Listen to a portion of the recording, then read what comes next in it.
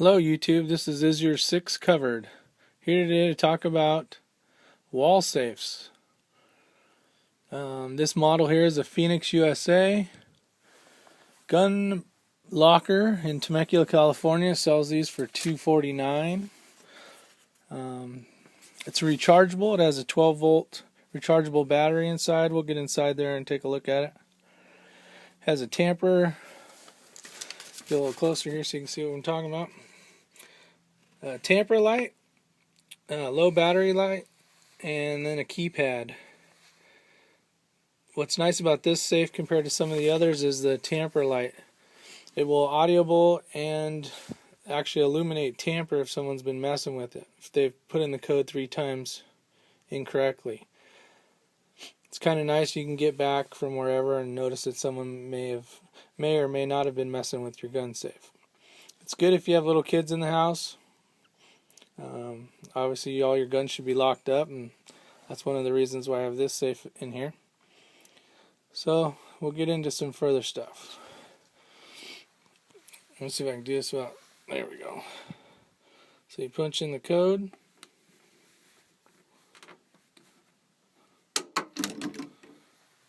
And the door opens automatically.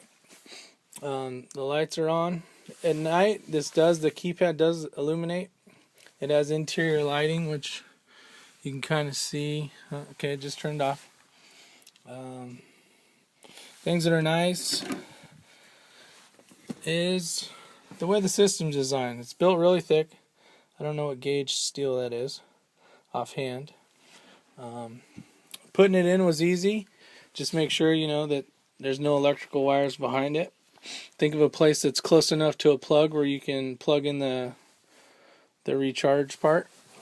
It plugs right into here, so that's the plug. Have it, figure out where you can plug in the cord, let it plug in for 8 hours or so and recharge. I've had this for 2 years now, or close to 2 years, and it's worked well. I mean, I'm in and out of it twice a day, once in the morning to grab something and once at night to put something away. So there's plenty of room in here. I keep 2 guns in here. I got a couple extra mags for my M&P sitting there above the battery. It's probably dark in here. I'm gonna grab a light.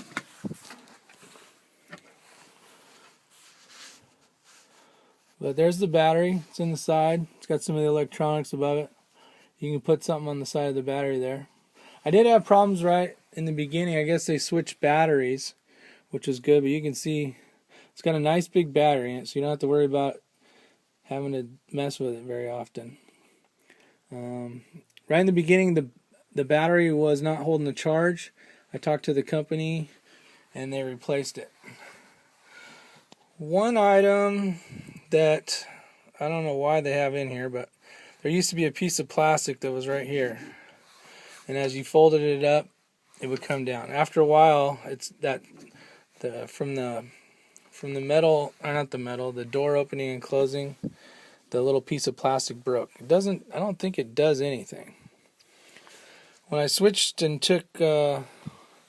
went to a different gun, I put my M&P in here, but it has a Crimson Trace light on the front.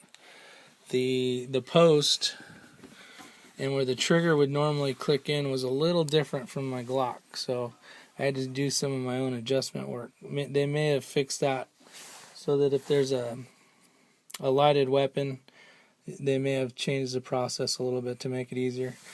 This post, the barrel post, does go up and down, so depending on what size you have in there, and it'll hold a long gun. I mean, you can, some extremely long ones. This is a full-size duty M&P, and it's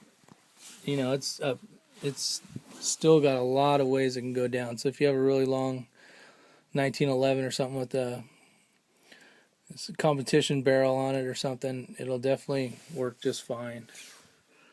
So things to talk about are, there's quite a bit of room in here. Not a bunch. They do have on the site, they show where you can Velcro another pistol in here.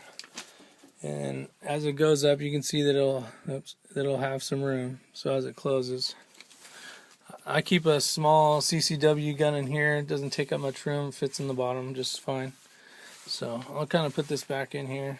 And that way you can kind of get an idea. So as it closes, you know, it just clicks back in there.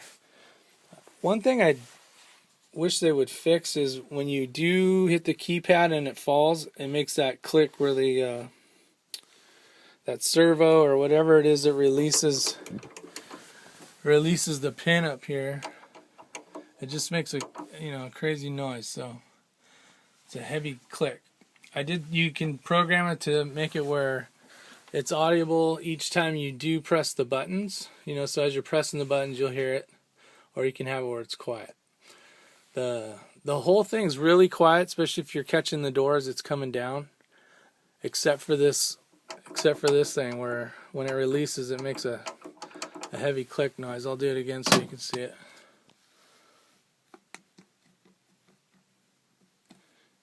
And see how it's illuminated? See that noise, that click noise? At night when you do that, it's pretty loud. I mean, you're in the closet, but that's the kind of noise it makes.